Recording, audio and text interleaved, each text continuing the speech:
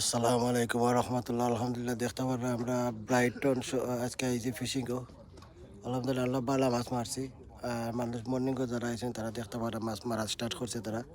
আমরা নাইট শিফটে আসলাম।